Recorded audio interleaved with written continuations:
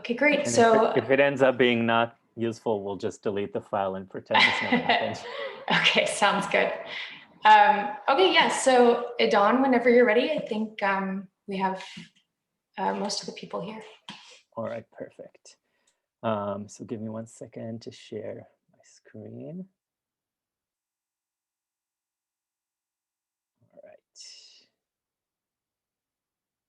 I think now you should see my slides. All right, let me do one more thing for myself. Oh, I guess I can't do this. Oops. All right, so I can see all of you. So at any point, if you have a question or want to say something or something isn't clear, just unmute yourself and we'll do it that way.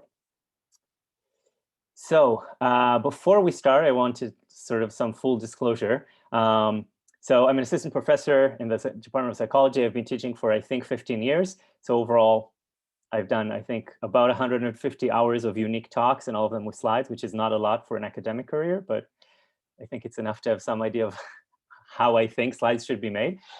This all is going to be based on my subjective experience and not on objective science, at least for now. I have some studies planned for the future to see if what I think actually makes sense. So the goal for this is to just give you a bunch of ideas and for you to pick and choose what works for you. So some of these things might be useful for job talks or conference talks, and other things might be more useful for teaching classes. And maybe some things would go counter what you know from sort of empirical science about education. And in that case, you're free to just ignore what I say.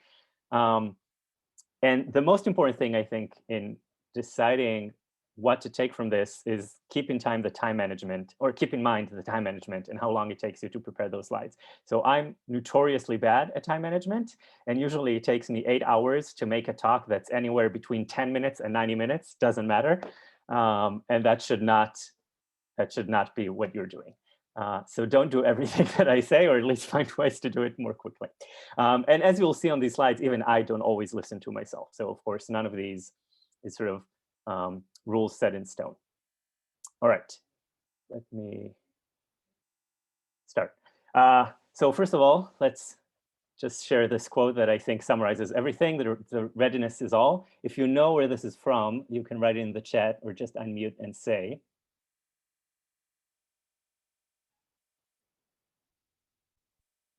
Anyone? All right, I'll tell you. It's from Hamlet.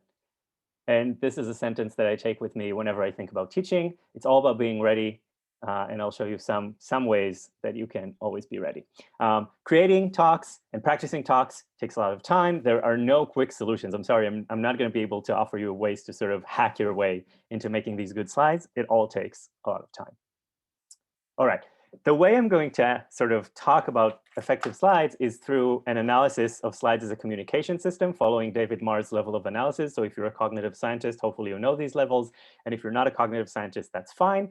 David Marr suggested that to analyze any information processing system, or in this case, a communication system, you need to analyze it in 3 levels. And I'm going to do this sort of in a very hand-wavy, informal way, but it's just a useful way for me to structure the talk. So the top most abstract level is the computational level. And when you analyze a system at that level, you're asking, what is the goal of the system? Why are we making slides? What are the constraints that we have? And what is the overall strategy that guides how we make slides? Then we get to a level that is a little more practical, and that's or somewhere between the most abstract and the most practical. That's the representation and algorithm level. This basically asks, okay, what is the format of the slides? How do we format them? How do we represent information that we want to deliver, and so on. And finally, the lowest level is the implementation level. How do we actually make all of this happen? And you'll see that I sort of transition between these. So when I talk about representational algorithm, I'll also talk about tricks of how to actually implement it. So we'll sort of go back and forth, but this was mostly for me organize my thinking about this. And hopefully you'll find it a useful framing device. So let's start with the computational level. And first of all, I want to talk about the goal of making slides, at least what I think the goal is. So you want to guide audience in constructing novel knowledge in their minds. And I want to make a distinction between knowledge and information. And you can think about information as being sort of a list of independent facts. but knowledge is an interrelated web of concepts within some domain. So the roles of the different concepts and the relationships between the different concepts in terms of causal relationships, which concepts have a causal role in other concepts, the temporal relationships, what comes before what other stuff, logical relationship, if then, and so on. So you can think of your knowledge of physics and mass and acceleration and energy and how all of those things relate, or you can think about the findings of a study and how the different variables and the different constructs of the theory and the findings and the design, how all of those connect together. When you have information, what you do with it is you often memorize it, but I think that a sign of having knowledge of something is that you're able to manipulate sort of the mental structures. So you're able to say, if I change this variable or this concept, this is what's going to happen to those other variables. You have this interrelated web of variables that all influence each other, or concepts that are all related to one another, and you're able to manipulate the structure, cut ties, create new ties, look at things from a new perspective, and so on. So when you have information, you sort of access it through a lookup table, right? You just have a list of independent facts, and you can just store all of them. But knowledge is sort of like a concept map, if you're familiar with that idea. So this is all very hand-wavy, but the goal of this is to sort of tell you that we're focusing on the left side. So hopefully when we're giving talks, whether we're teaching or in a conference, we want to help people construct knowledge, and we don't just want to pour information into their minds. And two of the constraints that we have that are going to impact how we make slides are constraints about the visual processing of people and about the sort of the reasoning of humans, how we reason and draw conclusions. So some constraints about perception, this is going to be maybe things you already know.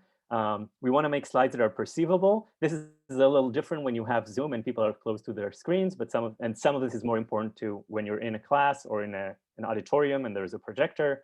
So the recommended font size, at least that's what I've been told, is between 28 and 32. Don't go below this. So what I'm showing you is 32.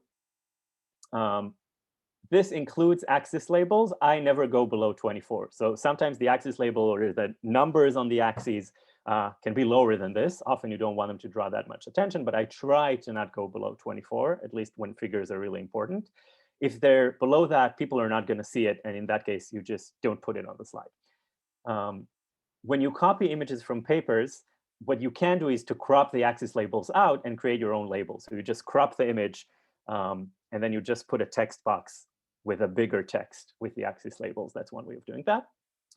References can be smaller. So often in my talks, at the bottom right, I write references for people who are interested in seeing where the info I'm presenting is from. That can be very, very small. It doesn't really matter. All right, in terms of colors, the most common form of color blindness is red-green. I used to always, when I had distinctions between binary terms, to use red and green, and then someone told me, no, there are many people who can't see that. So when using two colors, for example, if you have color bars or bars in a plot, use red and blue. That's the most recommended thing.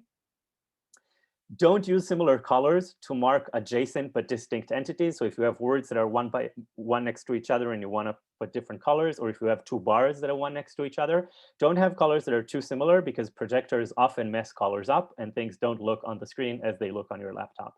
And then it's very unfortunate.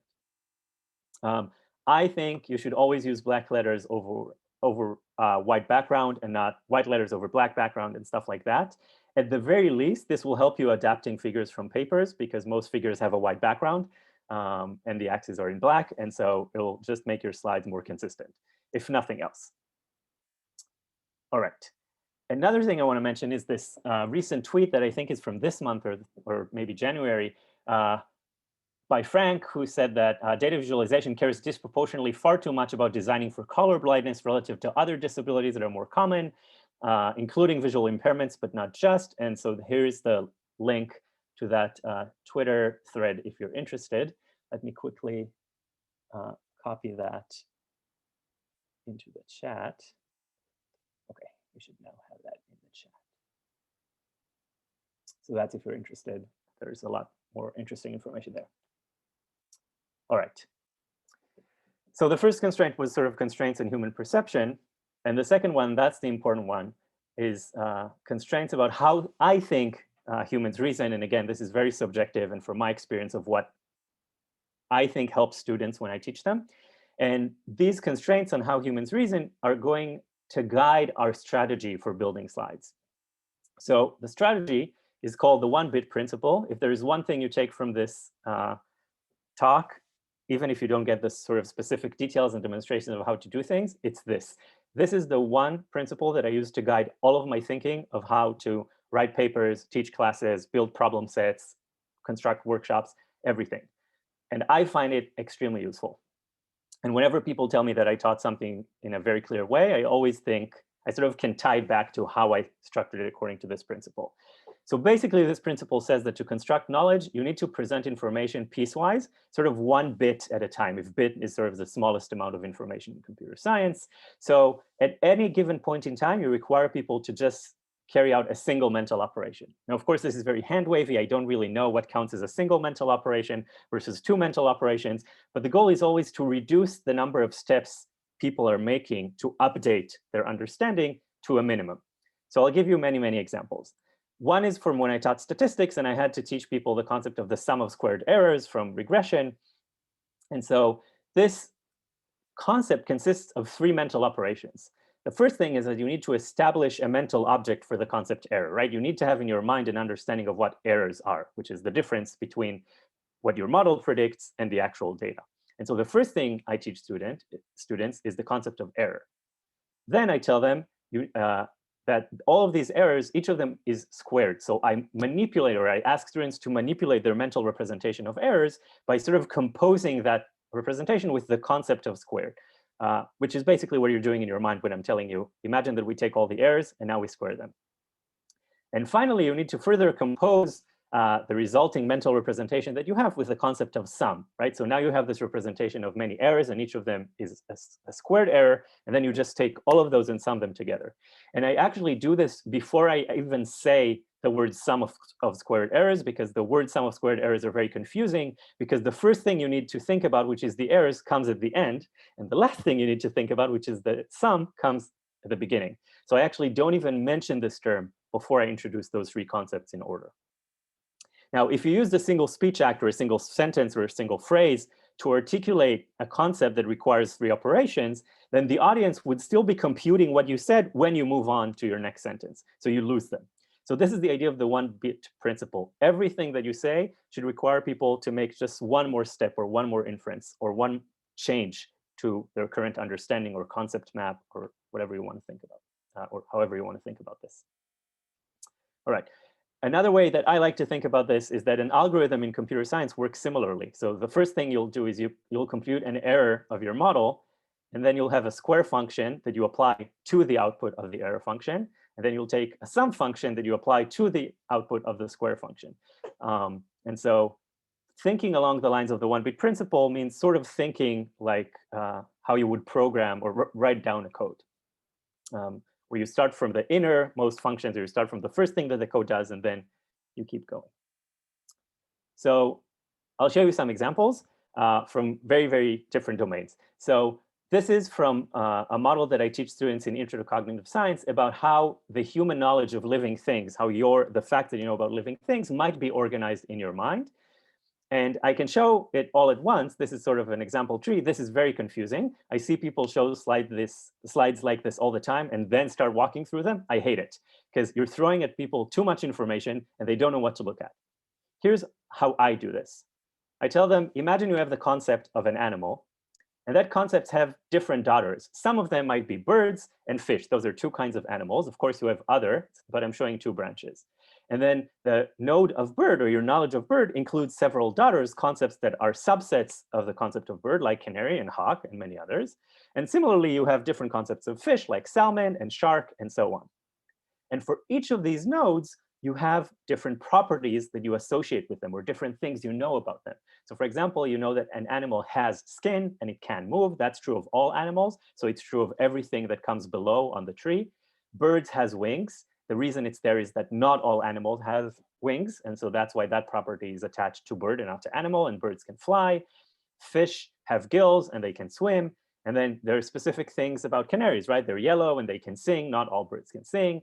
A hawk can hunt and it has a hooked beak. And a shark is cartilaginous and is dangerous, and so on.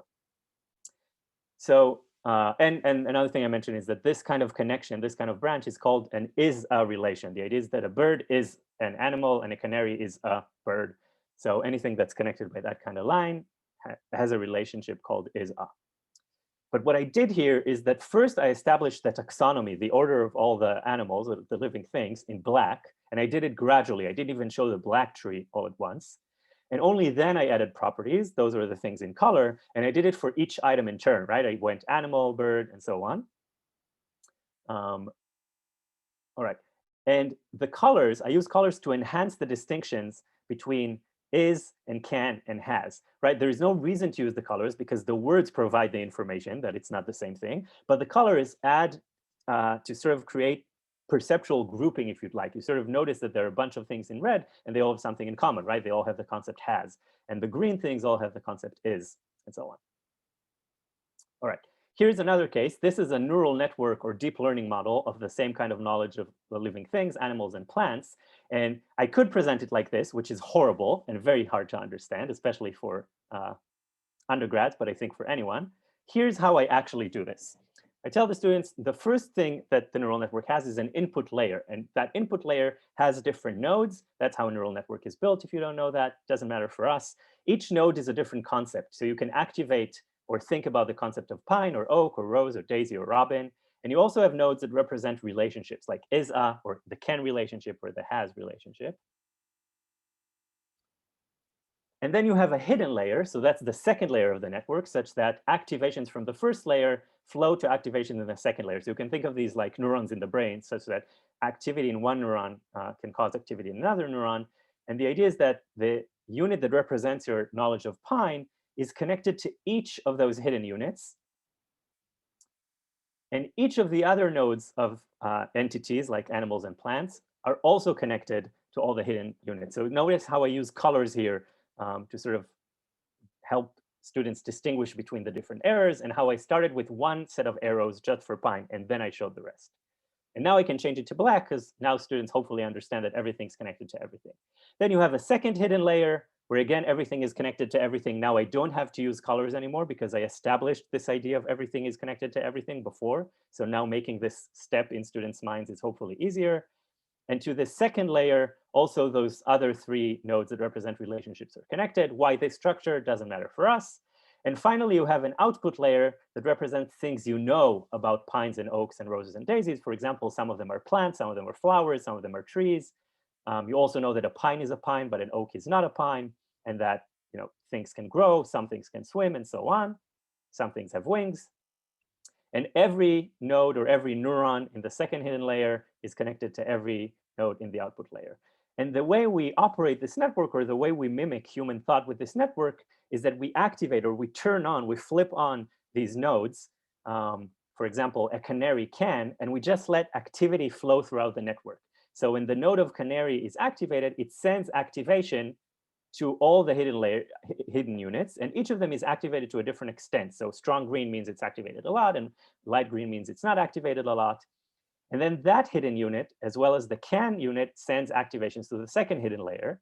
And those units in turn send activity to the final hidden layer. And then you see that what you activate is that a canary can grow, and a canary can fly, and a canary can sing, and so on. So again, if you don't understand this concept of a neural network, that's fine. But hopefully what you understood is that I'm building this concept of this very complicated way to represent human knowledge step by step. All right. Here's another case to show an experimental design. This is a study about infants. So this is the figure from the paper. And again, I see many people just show this figure. Very confusing, 4 panels. I don't know what to focus on. You can reveal the panels serially, right? You can show panel A and then B and then C and so on. I think you can do this even better. So here's how I do it.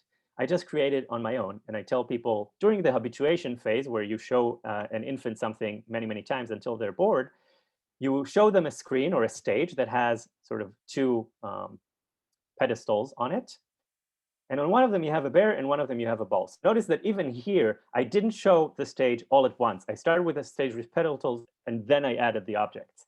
And then you see a hand going in and grabbing the ball. So again, an animation to show people what it actually looks like. Then you have, once the infant is bored, and it stared at this for many, many trials, and now it looks away because it's bored. Now you're showing it a test trial. And there are 2 kinds of test trials. In one kind of test trials, the hand takes a new path. So now the objects are ordered in the opposite way. The bear is on the left and the ball is on the right. And the hand takes a new path. So before it went to the thing that was far away, but now it goes to the thing that's closer. Notice that it's the same object. It goes to the ball, but it's a new path. In the other test trial, the hand goes to the old path. So now, again, the bear and the ball are not ordered the same as during habituation. They're flipped. And the hand goes to the old path, but it's a new object. So now it's capturing the bear, and not the ball. And you measure infants' reaction times, and this has some interesting ramifications. But what's important here is to show you that I showed people how the experiment is designed slowly. And I also used animation to give them a sense of what people in the experiment actually feel, right? It's sort of the simplest demo. All right. So this applies to everything, this one-bit principle. It applies to concepts like the sum of squared errors. It applies to models. I showed you that tree of knowledge or the neural network. It even applies to phrasing. So notice that I wrote here a tree of knowledge rather than a knowledge tree, because the first thing you need to know is that there is a tree, and then it's a tree of something.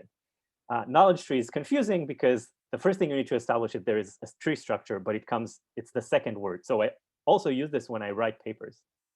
It applies to experimental tasks. It applies to how you show figures or plots of data, and I'll show you many, many examples of that. It even applies to bullet points on a slide, right? I'm not showing you all bullet points at once and just reading them in order. I'm exposing them when it's the right time for you to focus on them. And so that's the one-bit principle. That's the most important thing that I want you to take from this talk. And you'll notice that everything I do from now on sort of adheres to this principle.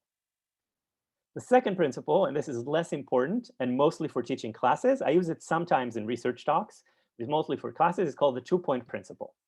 And the idea here is to always give people two examples.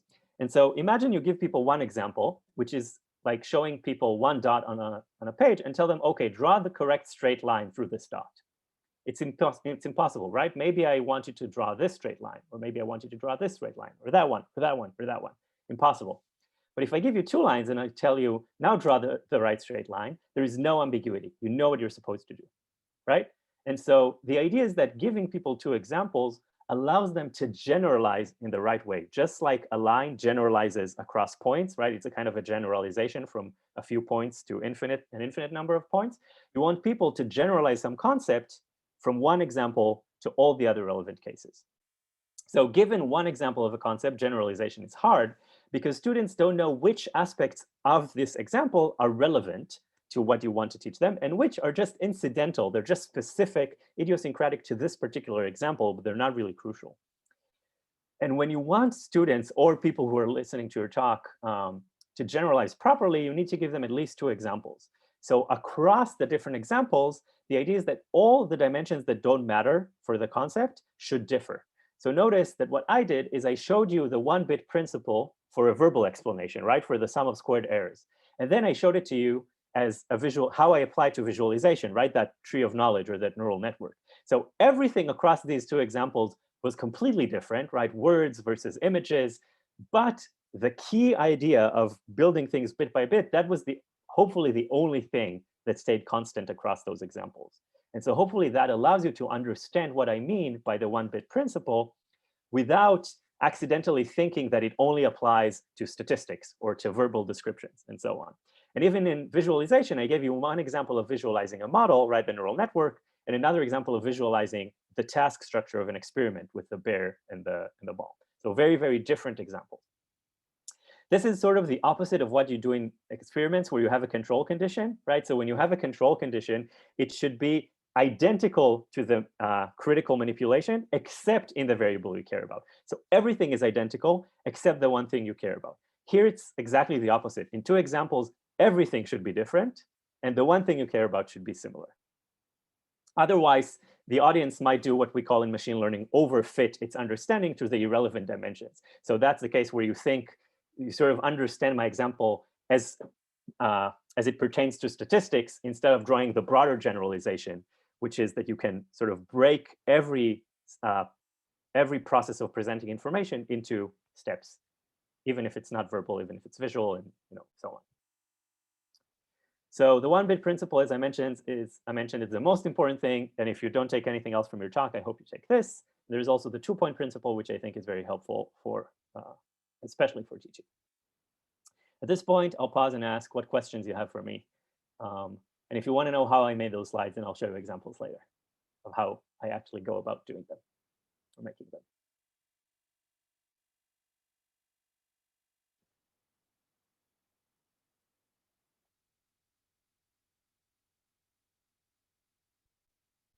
All right.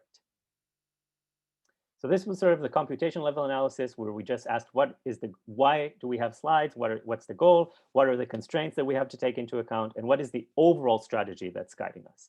Now we'll go into a level that's a little more specific and talk about sort of the formatting of the representation of information. And so many people put on slides reminders of what they want to talk about or the full script of the talk. Hopefully psychologists don't do that as much, but I see that happening, for example, sometimes in philosophy. You don't want to do these because this is for you and not for the audience. Now, of course, I have many reminders on my slides so that in case I forget something, especially when I teach, because I want to make sure that I don't skip something that's important to say. But overall, the idea is to minimize things that are for you. You want to have things that are for the audience. And the two most important things are the informative visuals and the critical text. Hopefully, this is not new to you. So here's a slide about informative visuals. This is a terrible, terrible slide, and I'll show you what. I'll show you why. It doesn't matter what this plot is. It has some dependent variable, which in this case is accuracy, and some 3 populations, and they're each tested on 2 conditions. So first of all, you have a bounding box that carries absolutely no information, and you don't need it. You have another bounding box that bounds the legend. That's also completely unnecessary. You also have the grid lines, which are uninformative because you have the numbers here, unless you want to show something very, very specific, in which case you can even just write the accuracy level above 1 bar. That's really important. You have these 2 uninformative lines that I'm going to keep throughout my talks, even though they're completely uninformative. You have even these uninformative bounding boxes in background that I use to show you how things are uninformative. Although you might argue that in this case, having a bounding box and a green background is in order to distinguish the slide itself from the comments that I'm making about the slide. So maybe it's useful.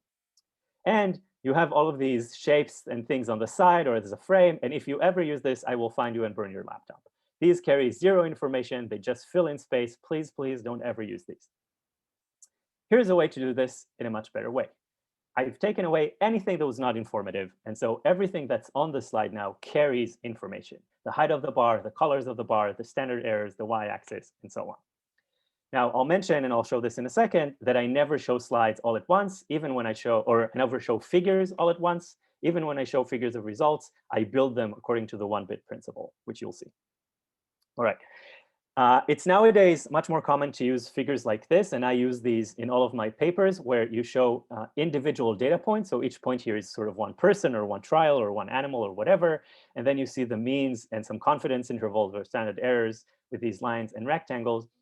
I think these are not ideal for slides, even though they convey more specific information.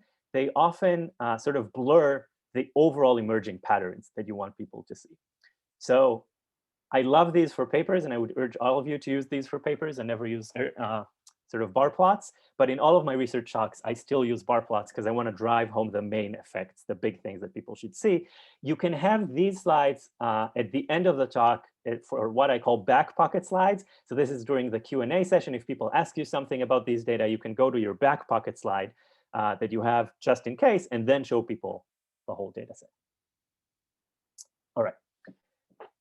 Everything that you have on a slide should be discussed. So if you're not describing some condition or some group of an experiment, please remove it from your visualizations. It's easiest to take your plot from your paper and paste it, but if you don't care about one of the conditions, you just don't describe it. But it's on the screen. People are going to look at it, and people are going to try to figure out why it's there, and people are going to think about it instead of listening to you. So let's say we have this plot. Where we have 4 conditions, a control condition and 3 manipulations, and we have 2 populations of people that we test. And let's say that you don't mention manipulation B. For the purposes of your talk, it doesn't matter. One thing that people do, which is sort of okay-ish, is to just cover it with rectangles so you don't see it. So now it's white. It's okay, but I would like to suggest, again, only if you have time, that don't simply cover the irrelevant data with a white rectangle, because you create an unexpected space and people think that that carries information. Why is there a bigger space there, right? And we said we don't include anything that doesn't carry information. So here's a way to do this. Again, the meaningless space is misleading. Here's a way that I think is better for this. And it's actually very, very quick once you get practice with it. I do it a lot. You multiply the figures, so you create several versions. You edit each of the versions, and then you reassemble them. So here's what I'll do. I'll create 3 copies of the figure, and I'm going to crop each of them differently. So the first figure, I'm just going to include the first 2 bars, because I don't care about the third one. The second copy, I'm going to include the green bar of the first group and the 2 first bars of the second group. And the third copy, I'm just going to include the green bar of the second group. So notice that what I don't have in any of these is the blue bars. I've just cropped them out and I kept all of the chunks in between. And then you just put them together. You just literally drag those 3 copies, those cropped copies together, and then you have a bar that is much easier to see.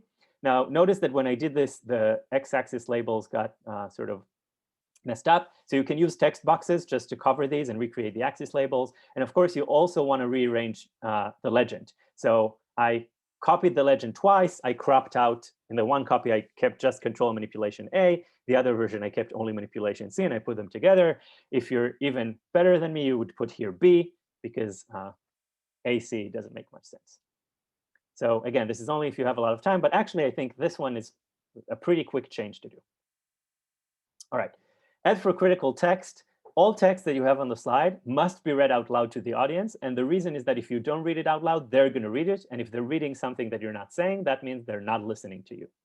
So sometimes you have things that you want the audience to read for themselves. For example, if it's a funny quote or something, in that case, you can just stand silent and let them read it. But you have to give them time to read it, during which you don't say anything.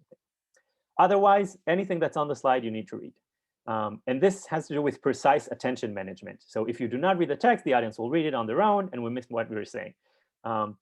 Notice that this ties to the one-bit principle in the sense that both of these things, their goal is to precisely manage the attention of your audience, knowing exactly what they're going to pay attention to at every second, because it's the only new thing that appears on the slide, or the only information that's conveyed at a moment. So here's a very bad slide. If you want to put a paragraph of text on your slide and highlight the specific part you would like the audience to read, think again. Instead, remove all sentences that you do not need the audience to read, so on. Sometimes people do this when you show you an abstract from a paper and just highlight the important thing. Instead, you can just keep only the not to miss points, right? Hopefully, you know all of this. If you've TA'd, probably someone told you not to put full paragraphs on slides. People often use even sort of very, very short phrases or just 1 or 2 words and then expand on them when they talk. I think you should use fuller phrases because they are less ambiguous. So instead of writing fuller phrases less ambiguous, I would write prefer fuller phrases that are less ambiguous. The reason is that people don't always listen to you. They zone out and they tweet and they do other things. And when they come back, you want them to be able to sort of catch up and figure out where you are. And if your bullet point says just 1 or 2 words that you explained, if they come back and they missed what you explained, they can't get it back from the slide. I try to put enough text there so that if they come back later, they can still figure it out on their own, hopefully. I know that goes against what maybe you've heard a lot of, just using the shortest bullet points possible. I think it's a sweet spot. All right. And finally, ask yourself, do I need a slide for this next part? So if you don't need a slide, put an empty back slide in there. It's your friend, because it focuses the attention back on you. I don't like to leave a past slide on because it's an opportunity for the audience to lose you, right? They'll keep looking at that information even though it's no longer relevant. So in fact, in my job talk, it just started with, I think, 3 minutes of a black slide of just me talking. And somewhere halfway through, I did that again. So whenever you have a chunk of text where there's just no reason to have a slide on, don't have a slide on. All right. So that was a little bit about informative visuals and critical text. The other 3, and you can think of these as sort of formatting tips for the slides or the way you represent the information, is you present it incrementally, you present it in a continuous way, and you use representational redundancy. So I'm going to explain each of these in turn. Those are 3 characteristics of what I think are good slides. The idea of incrementality follows directly from the one-bit principle, right? You don't show everything at once. You incrementally build it step by step. Continuity means that slides are not independent entities. You want to have some stylistic and informational continuity between them. I'll show you some examples. And representational redundancy means that you use multiple cues to encode the same information. So let's start with incrementality. I'll show you some more examples, even though this is, again, the one-bit principle. But now I'll show you an example of showing results of a study. And I do this both with students and with scientists in conferences or in colloquiums. I think this is hugely helpful to everyone. The first thing I show is always the x-axis. In this case, it's the number of days you practice a list of words.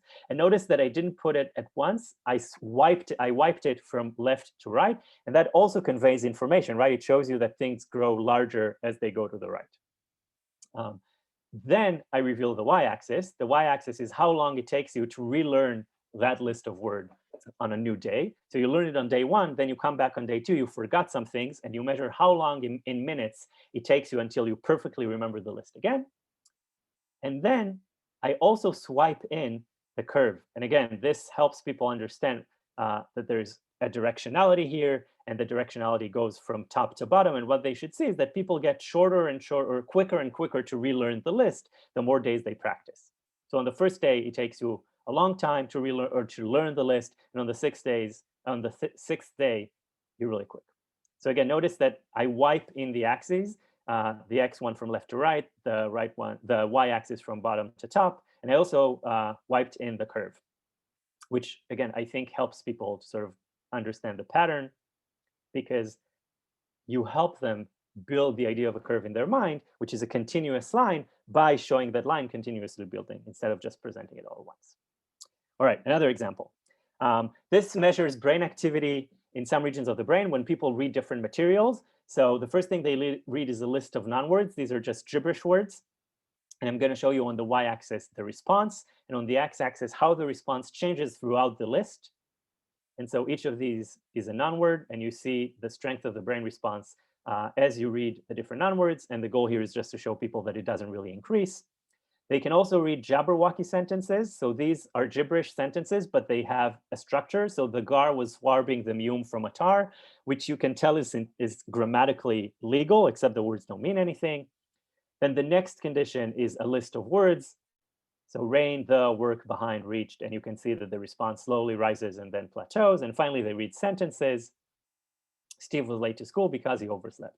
So notice that I showed each curve separately, right? So that people can focus on each of them and discern the pattern that is there. What I would see people do a lot is just put this figure on all at once and then sort of point to the gray one and point to the blue one. But again, this gives people opportunity to look at something that's not what you want to look at. Maybe they're quicker to understand things than how you explain them. So they moved along, or maybe it takes them some more time because they're confused and they didn't notice what you pointed on.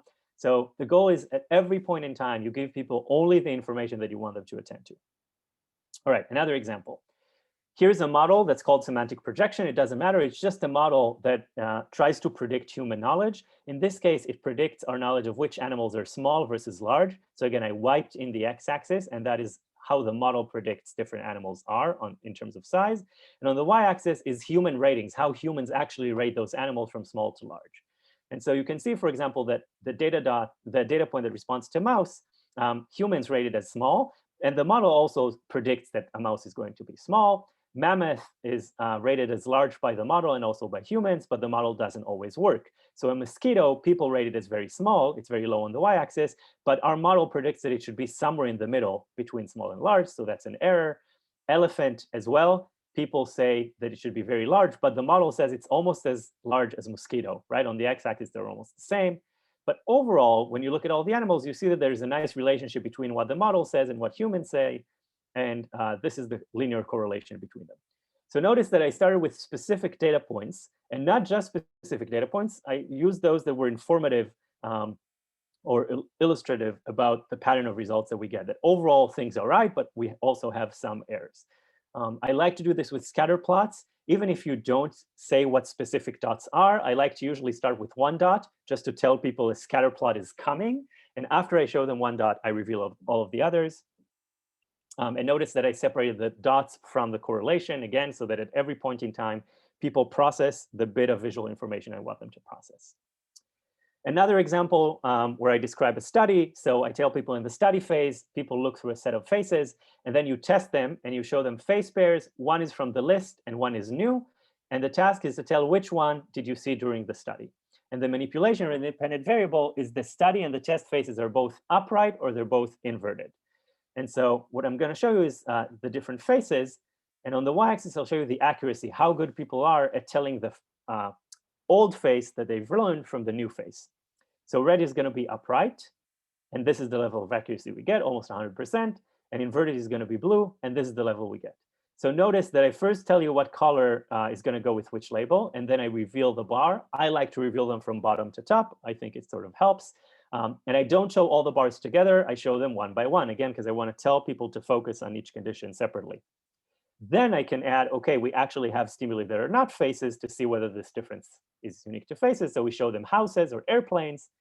And in this case, because they already know the difference between red and blue, I can show all the bars together, especially because there are no differences. And that's the point I want to show them, is that for other stimuli, there is no difference between how you recognize them when they're upright or upside down. All right, another example, a matrix of correlations. So here, every cell corresponds to how two brain regions are synchronized, whether they communicate a lot or not. So for example, the cell that is in the first row and the 8th column tells me how strongly region brain number 1 and region brain number 8 communicate with one another, or how synchronized they are. And I'm going to show the strength of synchronization by color, where blue is a correlation of -1, red is correlation of 1, 0 means they don't communicate at all. -1 means that when one region becomes more active, the other one becomes less active. So notice that I first show you the structure, that there is a matrix. I showed you what each cell denotes, and only then I added color.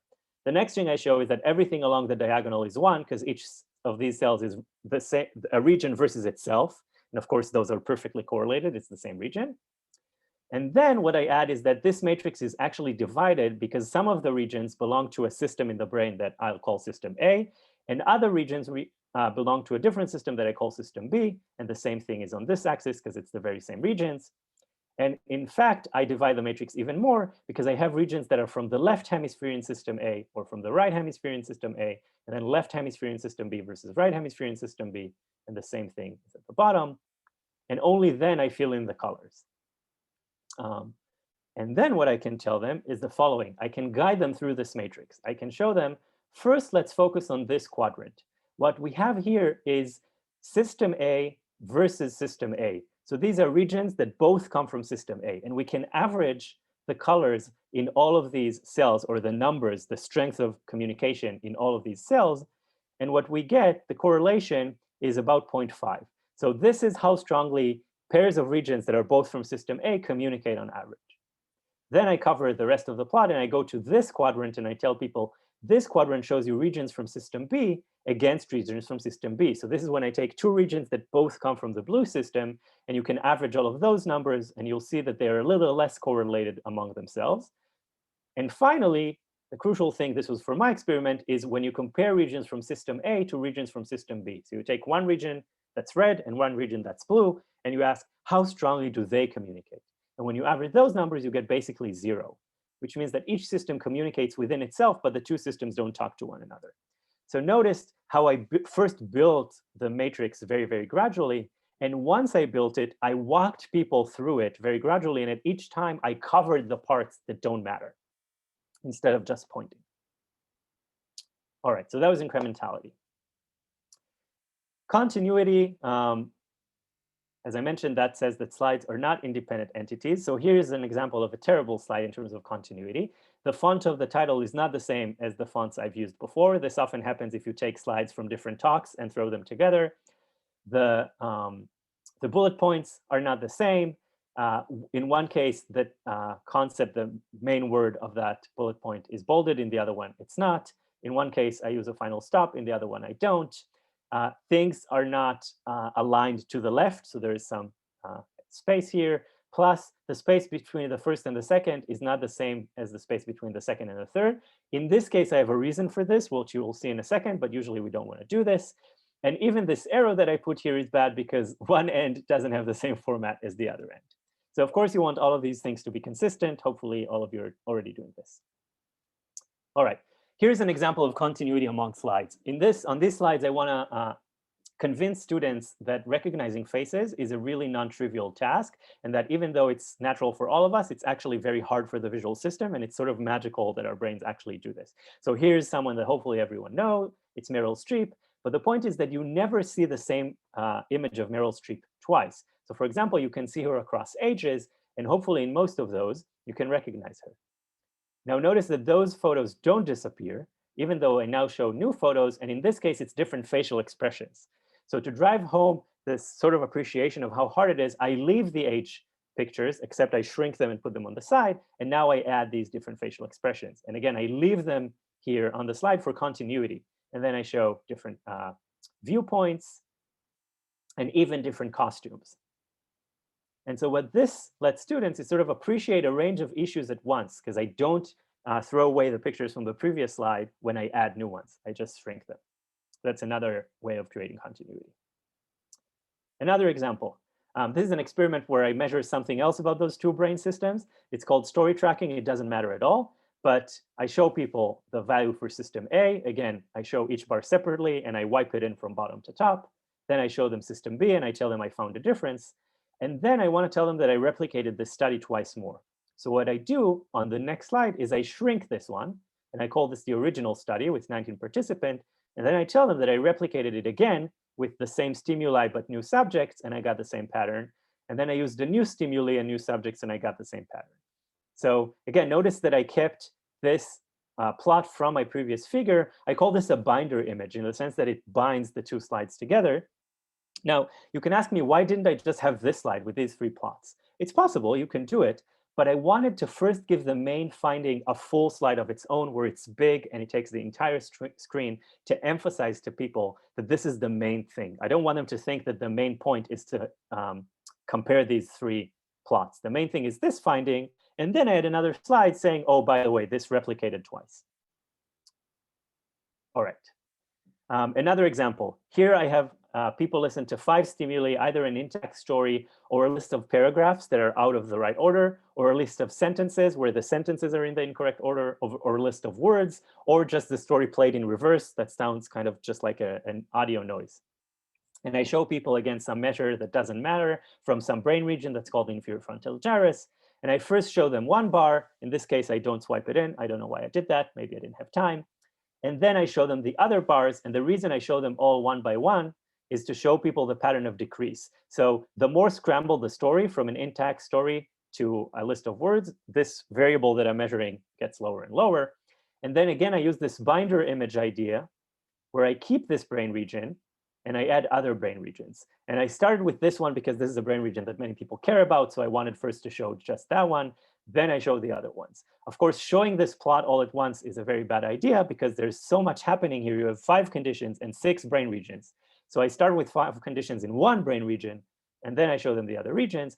And then I even add these. So I tell them, notice that there's a main effective condition because in all cases you get this decrease across the bars. And then I tell them, notice that there is a main effective brain region where in some brain regions, the overall response is higher and in some it's lower. And I actually put those squares and arrows on the slide. You can think of those as reminders for me to walk them through the results, but they also help the audience to understand what I'm saying. Because if I just say main effective story, I guarantee you that only 2% of the audience actually are actually tracking what I'm saying well enough to understand what I just said.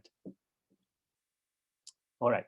Another example, I teach students about the relationship between language and the rest of thought, and I tell them they can be 2 natural kinds or completely distinct. So you have language in your mind and you have the rest of your complex thought, and these 2 things are separate. Or maybe there is partial dependence, so some aspects of thoughts rely on your ability to use language, or maybe they're cognitively inseparable. Maybe if I took your language away, you wouldn't be able to think because language is sort of your inner monologue. And of course, there are many options in between, but what I do then throughout the lecture is I shrink this image and it constantly, it appears on all of my next slides. And of course, this slide appears gradually as well. I just threw it here to just show you that, again, I have this binder image that creates continuity across, I think, 7 studies that I show them to remind them that this is the question that we're asking and these are the hypotheses that we're evaluating. And so if someone is forgetting what the main picture here is or where we're going, they have this. So again, this binder item across slides. All right, another example, I teach people about the difference between lexical semantics, which is word meanings, versus syntax, which is the rules for how you put words together, basically how you build sentences.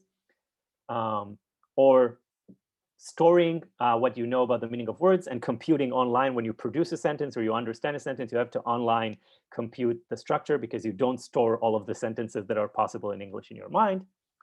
And then I tell students that there are two hypotheses. Ignore this logo.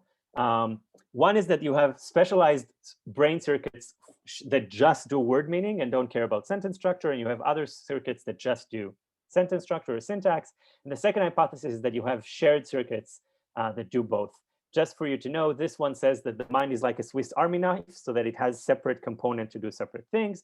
And this other hypothesis is that the brain is like a kitchen knife, a multi-purpose knife, where the same circuits do everything, just like the same knife can do many things. So, so far, I haven't shown you continuity, but of course, hopefully you noticed the one-bit principle, as well as the use of colors to create this continuity across the slide. Now what I do is I keep the hypotheses, and I keep them when I show people the design. And the design is a design where we have 4 kinds of stimuli that manipulate whether they have word meanings or not, and whether they have syntax or not.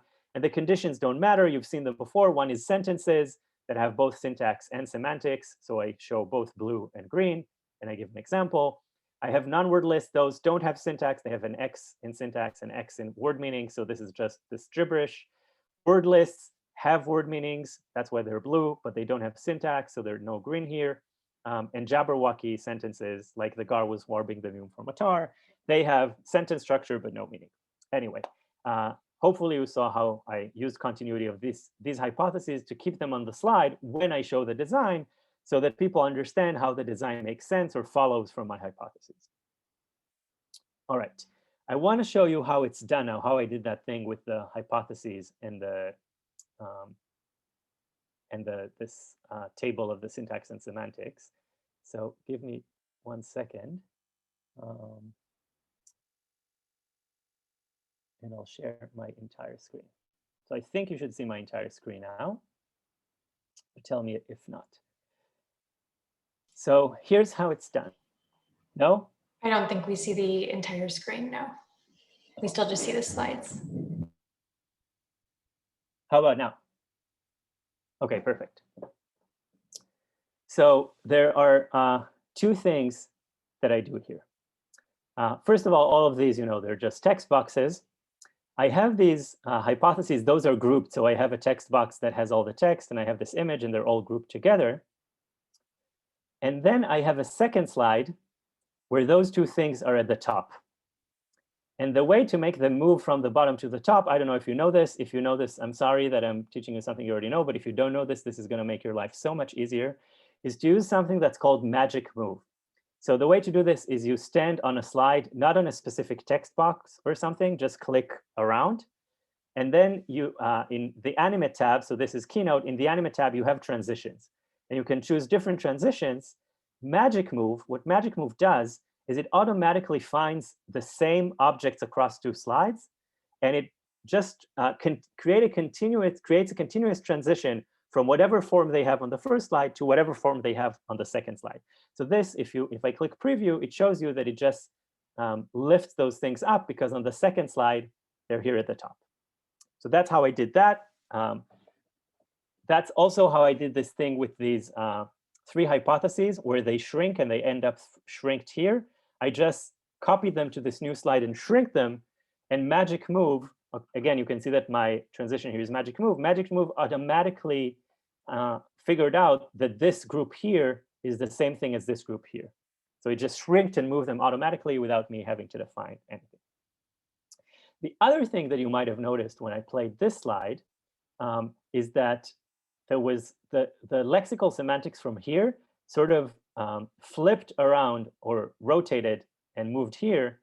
And the syntax word from here sort of was copied and moved here to the top of the table. So let me show this to you for 1 second.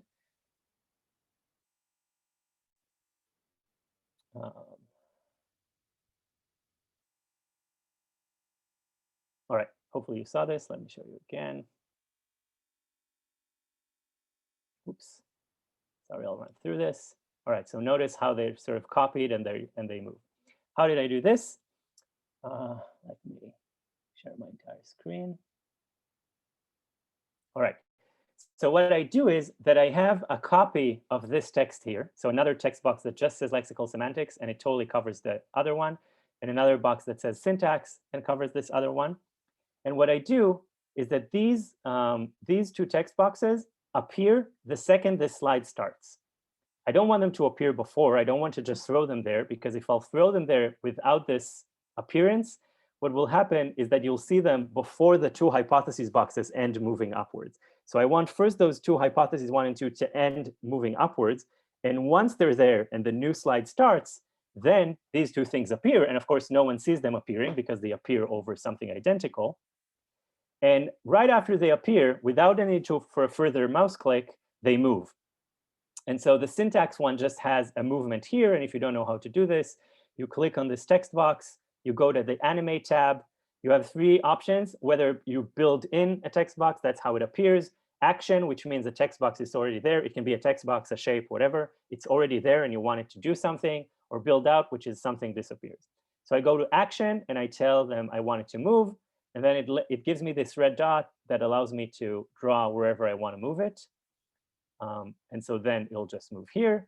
And for the lexical semantics, I have multiple effects. One effect is that it moves. So again, I can just click this thing and choose that I want move. And then it'll show me this red line and I can decide where I want to move it to. But I don't want it just to move. I want it also to rotate, right? So you can choose another effect. And here I have an effect of rotating it. So again, you can choose from this drop-down menu, rotate, and I tell them I want to rotate it by 90 degrees. And I put those two things together.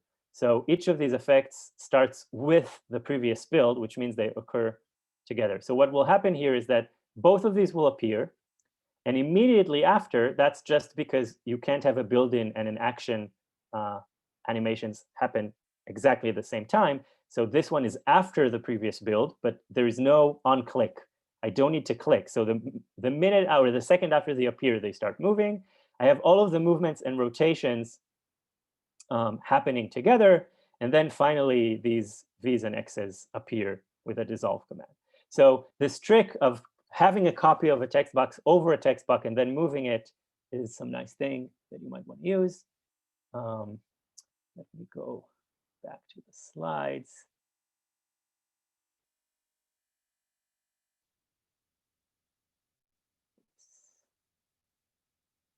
All right, I think this is a good point to pause again and ask if you have any questions.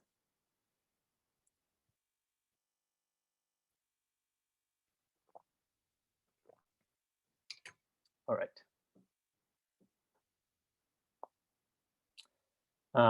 I already mentioned this, but just to say it again, people naturally zone out when you talk and they email and they tweet. And so you want to provide them hooks or comeback cues to help them when they rejoin.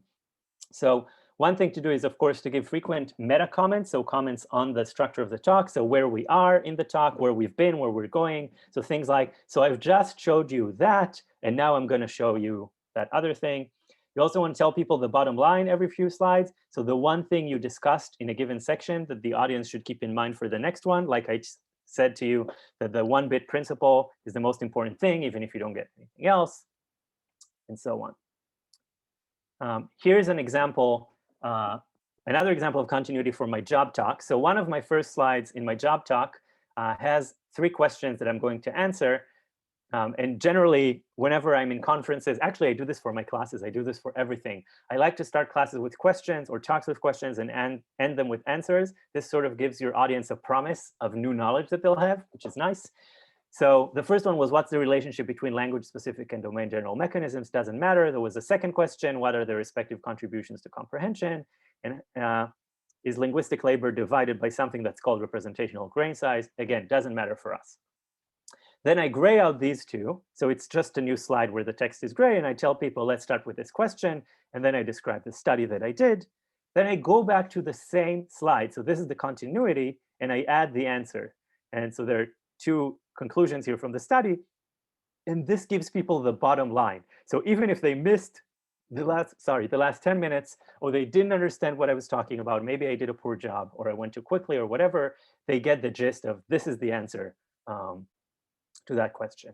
And then again, another slide where the only difference from the previous slide is that this is now black. and I go on and talk about that study, and then go back and give the answers, and then third question, and I talk about the study, and I go back, whoops, and I give the answer. And so this was the last slide of my job talk that, by the way, was called contributions. It's very important if you're giving job talks, even in conferences. The last thing you want to tell people is how you contributed to the scientific community, what new knowledge you have provided. So it's very important to have a last slide that's called contributions. And so in this way, people have continuity because I keep reminding them of the big picture, these three big questions, and I keep filling in the answers. And then at the end, they have a summary that tells them what I've shown them, even if they don't remember the details. All right. So what I've shown you is that you want to have consistent representational formats, right? I showed you that the visualization style, you want it to be consistent within a slide and across slides, the terminology that you use. Of course, you don't want to switch terms midway. You want to use these binders across slides, these images or text that sort of provide a natural motion from one slide to the next. So that's the content that carries over from slide N to slide N+1. And that means, again, in my hand-wavy thought, maybe I'm wrong, that the audience is less likely to clean their mental workspace between slides. When you have a completely new slide, the audience might think, okay, forget what we had, now something new. And when I have these binder images, I'm telling them, no, this is still the same thing, but let's put this small thing aside and add new things on top of it. And circling back to earlier content. Representational redundancy means you use multiple cues to encode the same information. So for example, here I have these bullet points, and notice that they're both indented, right? They're not in the same alignment as the other ones because they're sort of the sub-bullet points of continuity, and the shape of the bullet point is different. So I use both the spacing and the shape, which conveys the same information, basically that these are sort of the sub-chapter of that big thing. Some more examples, I mentioned this already in this tree of knowledge, that these has, can, and is, I put them in all caps so that people see the differences, but I also use color to show people that you have these three relations of has, can, and is. Here's another one where, forget this text at the bottom, but I have these two brain systems that I call them A and B. So the words convey that they are different things, but I also use coloring, and I use pictures of where in the brain those systems are. And of course, there is consistency between the color on the brain and the color of the words. And so here you have a visualization and the words. So again, representational redundancy. All right. And here in my summary slide for my job talk that I showed you, I had something else that I didn't show you, where for each study, I had the main figure from that study to sort of remind people how that study was done and what we found.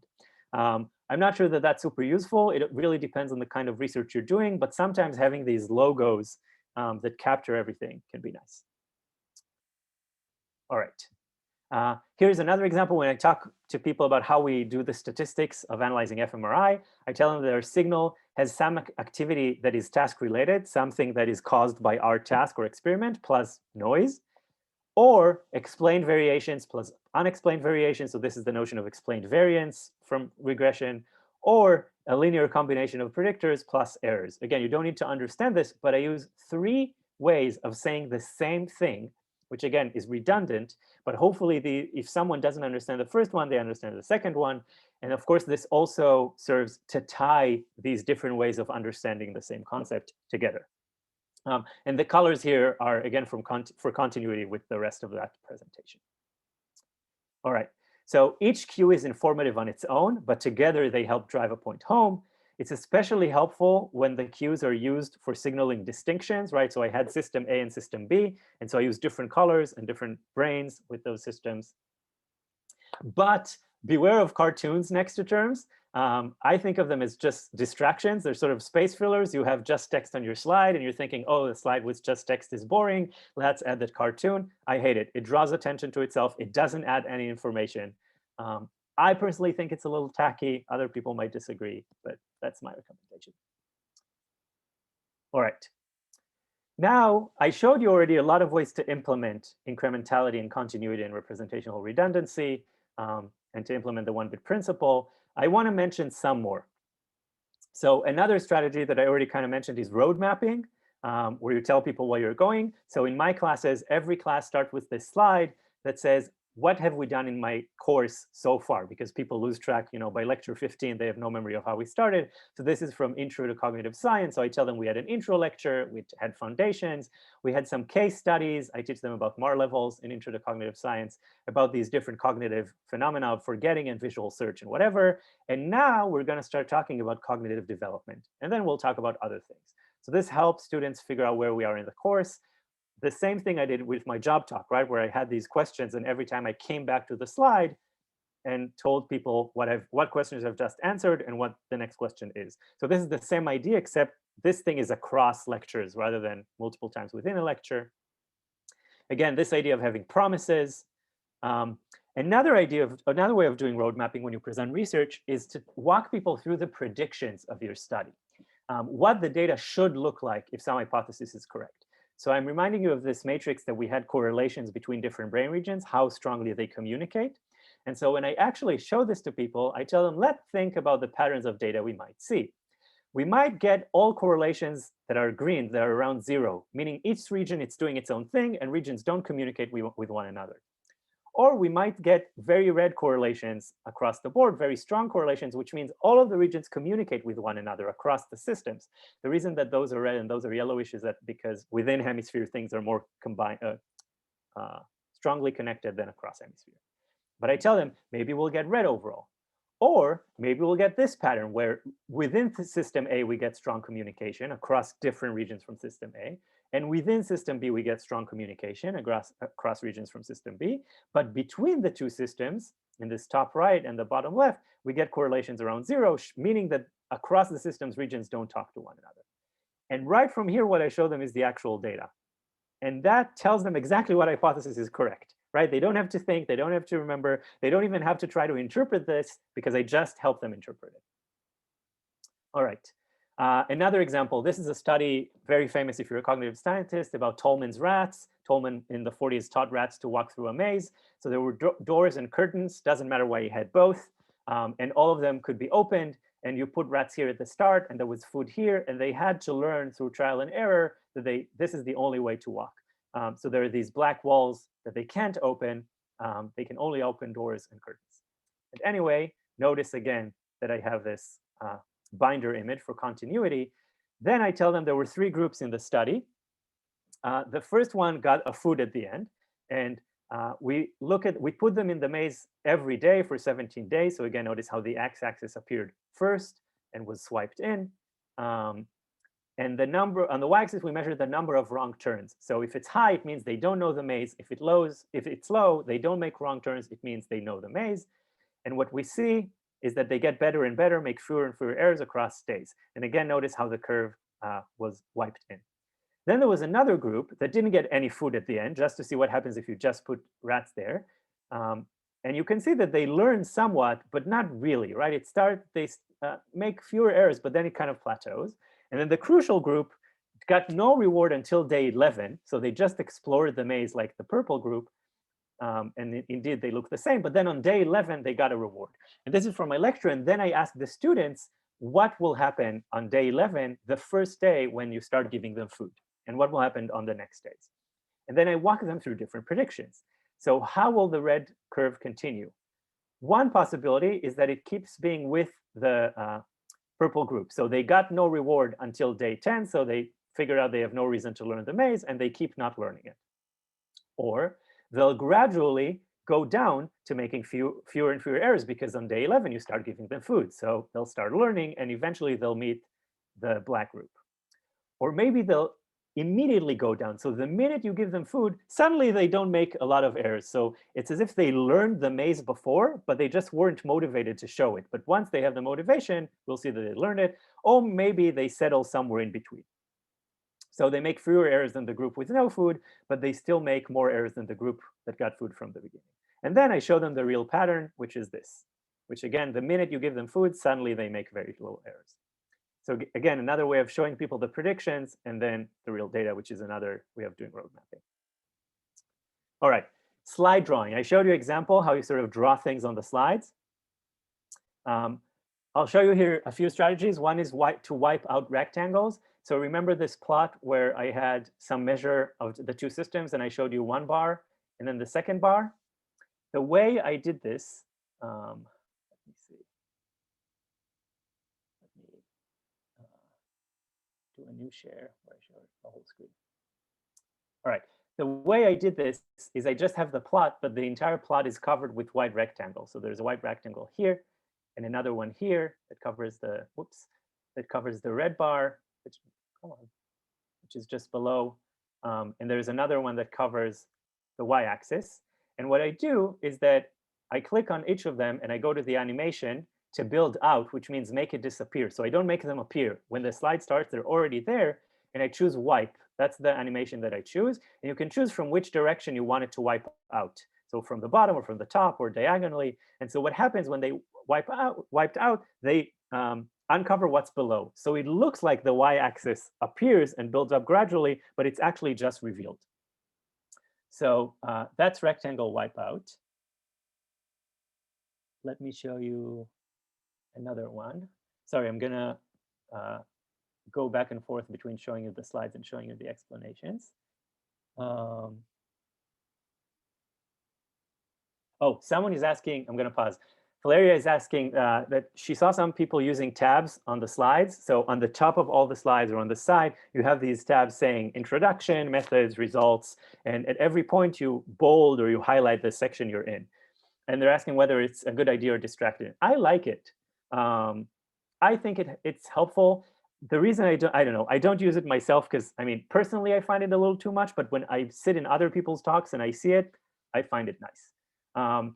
Students really like it because it tells them how long it is before the talk ends. So that's I think that's the most useful thing, is that it gives people an idea of how long you have until you're done.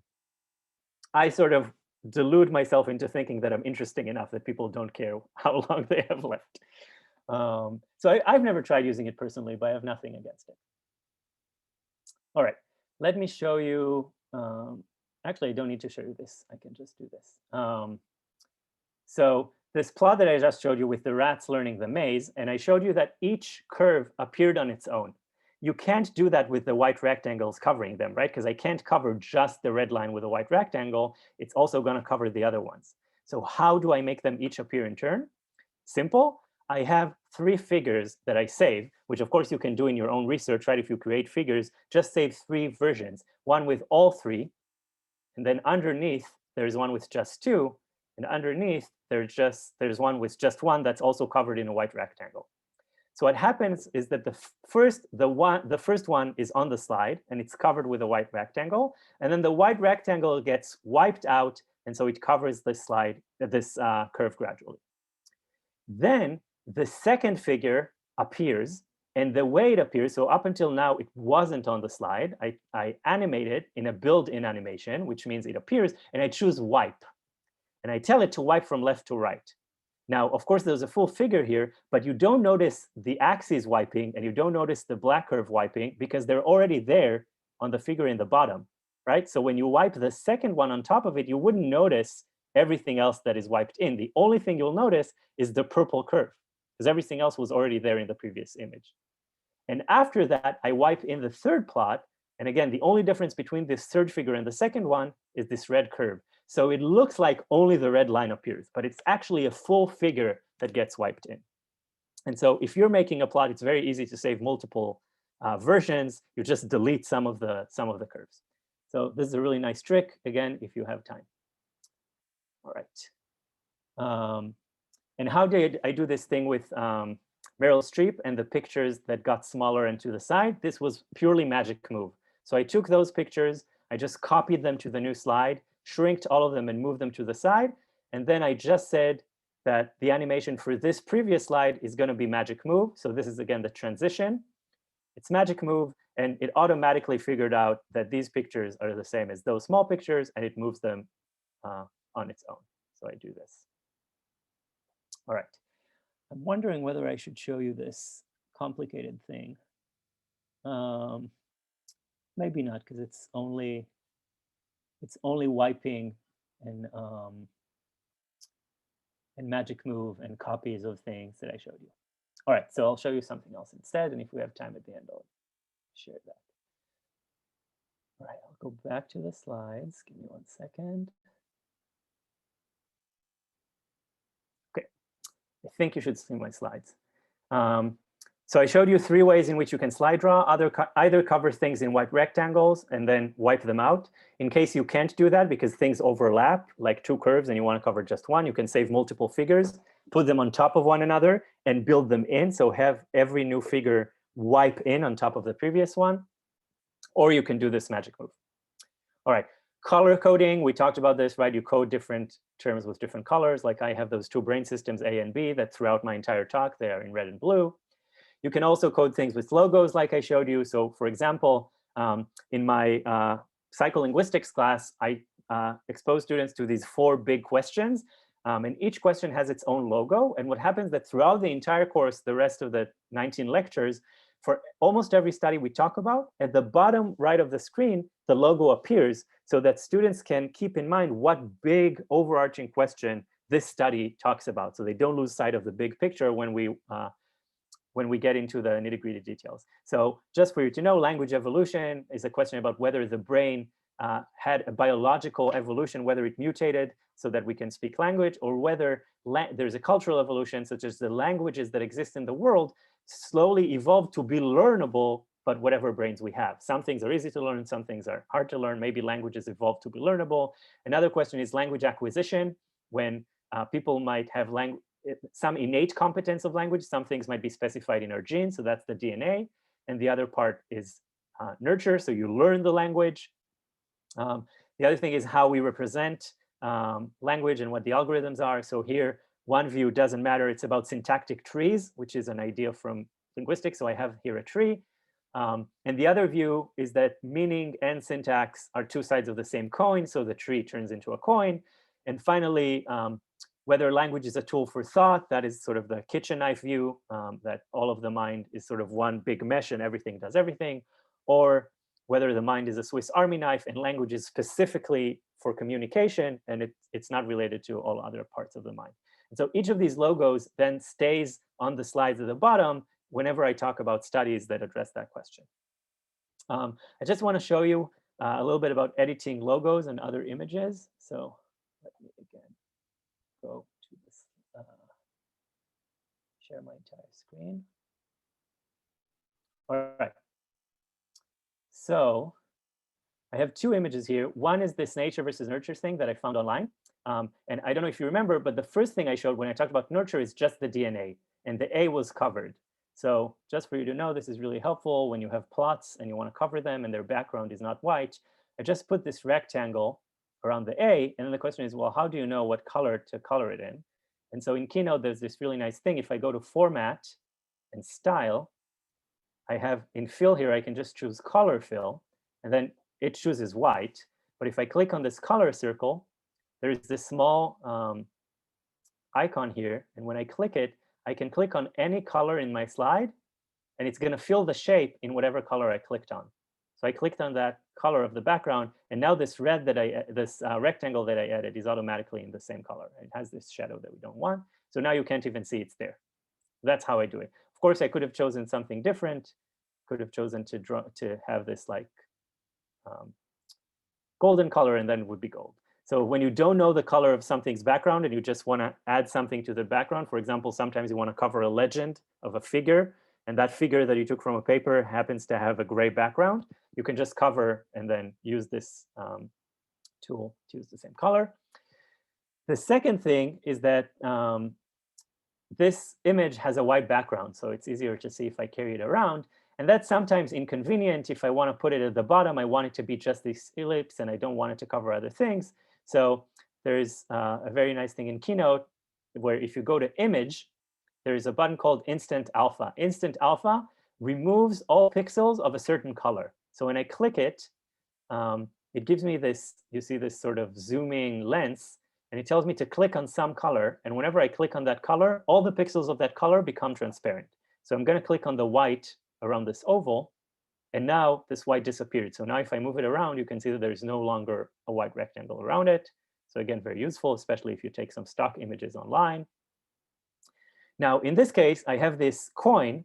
It's not the same coin that I had before, but it's a coin. And let's say that I want now, if you remember what I had, is I had a version that was just the center of the coin, this tree, and a version that was the full coin. Of course, the way I had the coin appear after the trees, I just had two images, one on top of the other. The first was the coin, and I had a build-in where it just appeared.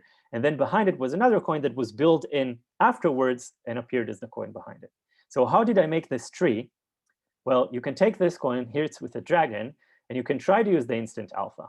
The problem is that the background of the dragon is not all uniform. It's different colors. So if I click here, just one pixel disappears. I can't make the entire color disappear, which is kind of bad.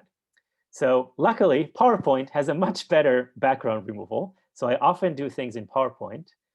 And what you see here is I do two things. I keep one copy of this dragon intact, and the other copy, if you go to Format Picture, you have Remove Background. And when you click it, it gives you a guess of what is the background, and you can adjust it. So for example, if I don't want that wing, you see that there is a small minus sign in a red rectangle. I can draw a line here to tell it, no, take this out. And then it takes it out. Or I can go to the part around the dragon. Now there's a plus, and I can draw a line. It tells it, tell PowerPoint, I want this part to be part of the image. So it adds it back. So now it gave me the dragon, and now I can put this on top of the previous image, and now I have two images, and I can have first just the dragon appear on the slide, and then the coin appear behind it. Here's just another cool thing that you can do. If you want to have your picture with a black and white background, which is kind of cool, and I don't know what this is useful for, but I kind of really like it. I have two copies of Annette. So one of them, I remove the background. And again, it didn't guess very well, so it puts this frame around. I can drag this frame to tell it that there's hair that it missed, and there's the shirt, and this is good. And the second picture, and look, this is kind of fuzzy, but you're not going to see it in a second. The second picture, I go to recolor, and I just choose black and white. So I color the entire picture in black and white. And then I put the color on it on top of the black and white. Whoops, it's behind, so I'll move the front one to the back. And then you have a picture of yourself with black and white background. And again, so these are all kind of tricks to edit images if you copy figures from papers and you want to do nice things with them. All right. Two other things is you can find many nice shapes in Keynote Shapes. So if I click here on shape, you see basic objects, but for example, I can look for bear, and I get that teddy bear that I had before. And so if you're looking for images that are sort of just kind of these silhouettes that are very simplistic, you can find them there. And the other very useful thing is a website called AutoDraw. It looks like this, where you can draw something and it guesses what you want to draw. So I want to draw a bicycle, and I'm terrible. I draw a wheel, and it has some guesses for what I might be meaning. And then another one, and then I do this, and then I do this. This is my best attempt. And now you can see that there is a guess here. The three first guesses are bicycle. So if I click on a bicycle, it just turns into these lovely pair of bicycle that I can just then copy to my slides. So if you don't know how to draw and you want these silhouettes and not look for hours for something on Google Images, you can use this. This is really nice. All right, and then the other things, I'll stay outside of the slide mode because I don't need it.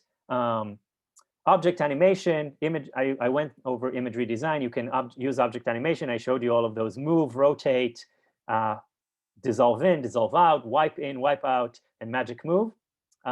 Just to show you some things that I did. So if you remember, I showed you this experiment where there was a hand that suddenly appeared to walk in and grab them. The way I use this trick is that I have the image of the hand here on the left, and it's just covered by a white rectangle. Now, the rectangle doesn't go anywhere. It stays there, but the hand has a motion animation. So I tell the hand, move to the left. And so when I run this as a presentation, what you see is that, is there a preview thing here? I don't know if there's a preview thing here. Oh, yes, there is. You'll see that the hand looks like it appears out of nowhere, but of course it can't be nowhere. It has to be here on the right. So I just cover it with a white background. And if you remember this weird neural network model that I had, there was a part where there was these green arrows of activity that flew or flowed from one node to the next and then disappeared. So I'll show you this in a second, but the way I did this is simple. I have this object that is just green arrows on top of the black ones. and I had them in a build-in animation that is wipe in, where I wipe them from, they gradually appear from left to right. And then after that, I had wipe out, where they're wiped out from left to right, so they start disappearing. So this is sort of, they appear from left to right, and then they disappear from left to right. And to show you what this looks like,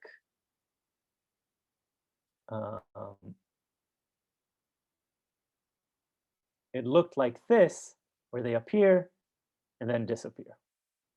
So you can play a lot with all these animations to make very cool things. They're very simple. Okay, other tips. So let me go back to the big screen, and this is where I'll finish. All right. If you don't know how to create indented bullet points on paragraphs, hopefully you do, but if you don't, you take a bullet, or you take a text box, you go to format text, and at the bottom, you can choose to have it with a bullet or with nothing.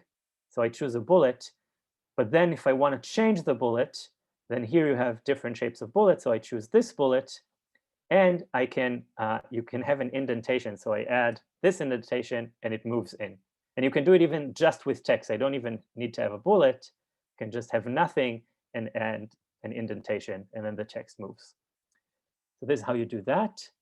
And then how you resize space and align images. This is why I think the Keynote advantage over PowerPoint really plays in. Let's say I have these three shapes. If you want to resize all of them to the same size, I can click the green one, go to arrange. One thing you might want to do always when you reshape things is to constrain their proportions. This means you can't change just the width or just the height. You have to change both together. Of course, you might not always want to do it, but in this case, I want to. So I start changing its size, and you'll notice that when it matches the size of the red one, I have these yellow lines up here telling me now they're at the same size. So Keynote actually tells you. And there is another way, which is just to click on the red one and see that the size is 100 by 100 points. So I can go to the green one and click 100 by 100 points. Oops. And so that's that. Now, let's say I want to use spacing between them, the same spacing and the same alignment. Again, there are multiple ways to do this. One is to notice, if you look at the position, not the size, that the Y position, the position from top to bottom, is 440 for the red and the green. So if I want the blue one to be there too, I just put 440 and it goes there. Another way is to drag it. And when you drag it and you get to the same place, you get this line in the middle, tells you they're all now aligned at the center.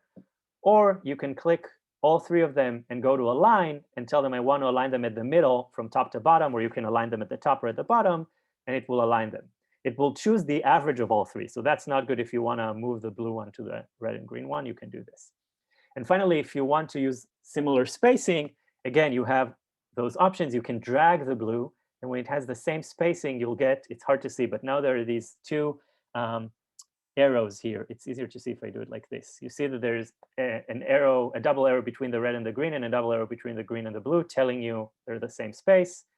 Or you can use distribute and say, I want to distribute them equally on the horizontal plane, which distributes them equally, so the spaces are equal. So this is some visuals. And finally, for speaking, I want to say, I recommend, this is for research talks, not for classes, memorize the first 3 minutes and don't read from a page. Reading from a page looks really, really bad. And it's much better if you memorize. You don't have to memorize your whole talk. At least for me, when I get to the methods and results and the design and all of that, it's really straightforward to explain. But how to start your talk is really hard. So I gave a job talk and a teaching talk at UCLA. My job talk, the first 3 minutes were memorized and it was smooth and I looked like a TED speaker. And then my second teaching talk, I prepared it the night before because I actually didn't have time. And I started just saying, so this talk is about, so it's a computational model, but development, well, not really development, because it's not a model of development. You can think about it as model of, it was just a disaster. So memorizing gives you the confidence, especially if you have some kind of stage fright or something. You practice it a lot and you know what you're going to say. So just to show you my script, this is a part of my script. And what I don't want to read all of this, but what I want to show you that even if you write a script that you're going to read, use slightly informal language. So use all these connective, like, now the key requirement from such a theory, instead of just how I would write it in an article, which would be the key requirement, and there would be no connective between these sentences. Or I use a lot of so's, and I write it in my script.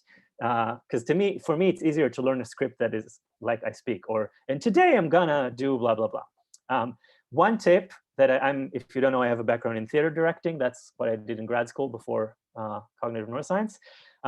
The best tip I can give you to memorize text is not to memorize a sentence and then the next one, but to remember a chunk across the border. So when I memorize this sentence, I memorize language comprehension now.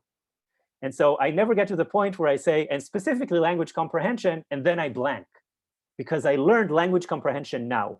And so I know the first word of the next sentence is now, and that usually cues me to the next. And again, here I will have at its joint so the. And I'll tell this to myself many, many times, at its joint so the, until I remember this is an expression. And so then you never get to the end of a sentence and you're stuck. Water bottle, this is really nice. If you want people to just appreciate a beautiful figure of results, or you want to create silence for people to ask questions, just have a water bottle and you can take a sip while people look at how beautiful your data are. Back pocket slides I already mentioned, so they're all the slides with the extra details in case someone asks, or things you'd like to talk about but don't have time. Just add them at the end of your presentation. And then, of course, practice, and then practice again, and then practice again in lab meetings with your graduate cohort, with your advisor, as many times as you can. It really, really, really helps. And so that's it, I think. Yes, that's what I had to say. So thanks for listening. I hope some of this was useful and not redundant with what you already know. And remember the one-bit principle. Thank you so much, Idon. That was amazing. I was taking notes for myself. Oh, I'm glad. Yeah, so thank you, everybody. I'm so glad you guys made it. And then Idon, I don't know if you'd be comfortable with me sharing the recording for students who maybe couldn't attend. I am comfortable with that. Okay, great. Perfect. Oh, there was some more messages. Oh, Samantha said that this would be helpful as a guest lecturer in the intro to TAing the grad course. Yeah, I can talk to Melissa about there. Yeah. All right. I'm glad this was useful for those who this was useful. And yes, we'll somehow find a way to spread this video. Okay, great. Thanks. Bye, everybody. Bye, everybody. Have a good day. Have a good lunch. And Idon, have a good night. Thanks. Have a good day. Bye.